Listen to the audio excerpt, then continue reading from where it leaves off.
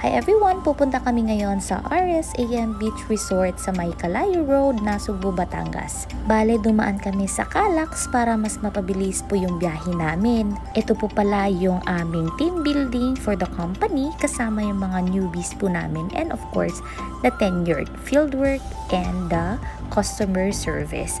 So dito pa lang guys, nagkakatuwaan na kami kasi syempre sa mga bago, first time kaming makakasama. Bale, ang duration ng aming biyahe is more than 2 hours po from BGC to Calayo Road, Nasugbu, Batangas. Dito pa lang sa pagpasok po natin, meron po tayong babayarang environmental fee which is 40 pesos sa mga adult at wala na pong bayad sa mga bata at yung driver po. So kung mapapansin ninyo, pagpasok pa lang dito, dyan sa right side po, dyan po ang kanilang dining area.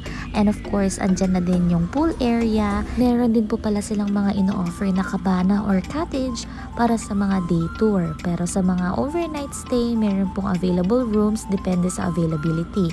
Ito po pala yung beachfront nila. Kung mapapansin ninyo, brown sand po and fine naman po yung sand mismo.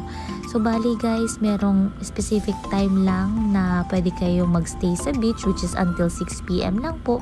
Kaya meron din silang pool area dito na pwede kang maglangoy or mag-swimming until 10 PM. Bali sa ngayon, ililibot ko muna kayo sa RSAM Beach Resort. So dito pa lang guys, kung makikita ninyo, merong isang family na nag-upa na ng isang cabana. So dito, free parking naman po at yung van na yan ay yan po yung sinakyan po namin with the team. So dito pa lang guys, ipapakita ko sa inyo na malawak din po ang kanilang dining and then yung pool area din po. While waiting sa check-in time po namin, so dito ipapakita ko na agad sa inyo yung pool access nila. So kung mapapansin ninyo, Instagrammable naman po yung place and yung mga upuan dito, very very nice. And ito nga po pala yung itsura ng kanilang dining area at pwede ninyong tambayan kapag magdi-dinner or any occasion po. Itong mga makakasulubong po natin ay ang mga fieldwork team. So mag-hi muna sila sa ating vlog. While waiting sa ating check-in time, so kailangan po namin pumunta sa information office or registration office para kumuha or magpalagay ng wristband para its indication na kami ay mag-stay overnight. So ganyan po palang itsura sa kanilang labas. May mga bilihan po dyan. And then ito ang pinaka-itsura po ng information office nila. So dito kukunin po namin yung wristband while waiting talaga sa aming susi for the check-in time. So ito po pala si mudra, yan nilalagay nila. So ayan po yung sinasabi ko po sa inyo. So for now guys, since we are now ready to check the first room, itong room na to guys para sa aming girls and ito ay kasya hanggang 10 adults or katao. So ito ay isa sa mga barkada deluxe room po nila. So ganito po yung itsura. Ayan. And then, meron po silang sariling comfort room. So, ngayon naman guys, tutungo tayo sa aming magiging room. Kami ay 6 packs dito.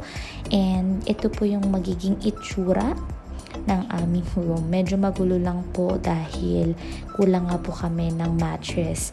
So, ganito guys yung itsura ng room. Ayan, maayos naman po. At may magagamit din po tayong tuwalya. At itong box na to ay naglalaman po ng toothbrush, toothpaste, soap, and shampoo. As usual, kung ano na yung inclusion kapag nag-check-in po tayo sa isang hotel. Ito po pala yung isa sa pinaka na hindi ko nagustuhan, yung comfort room po nila. So kung mapapansin ninyo guys, may butas kasi doon sa baba which is may nagpupup or tumatae at naamoy ng baby. So kapag nagpupup kasi tayo, sumisingaw dito. So yun lang naman ang aking feedback na kailangan sana ayusin din yung comfort room kasi yun ang isa sa pinaka-importante sa lahat kapag nag-overnight stay. So dito pa lang guys, wala pa yung aking mother. So nagsiswimming muna ako dito ng solo. Pero may times kasi nakakaramdam na ako ng alam mo yun, napaparating sila. Kaya ang ginawa ko, kinuha ko muna yung aking pang cover up para syempre hindi tayo mapagalitan kahit nasa tamang edad na tayo. Madalas kasi para pa rin tayong bata kung sitahin ng ating mga magulang. You can chat them po sa kanilang Facebook page kasi active naman po yun. Thank you! Okay. Okay na. Bye, Sana! Bye, guys.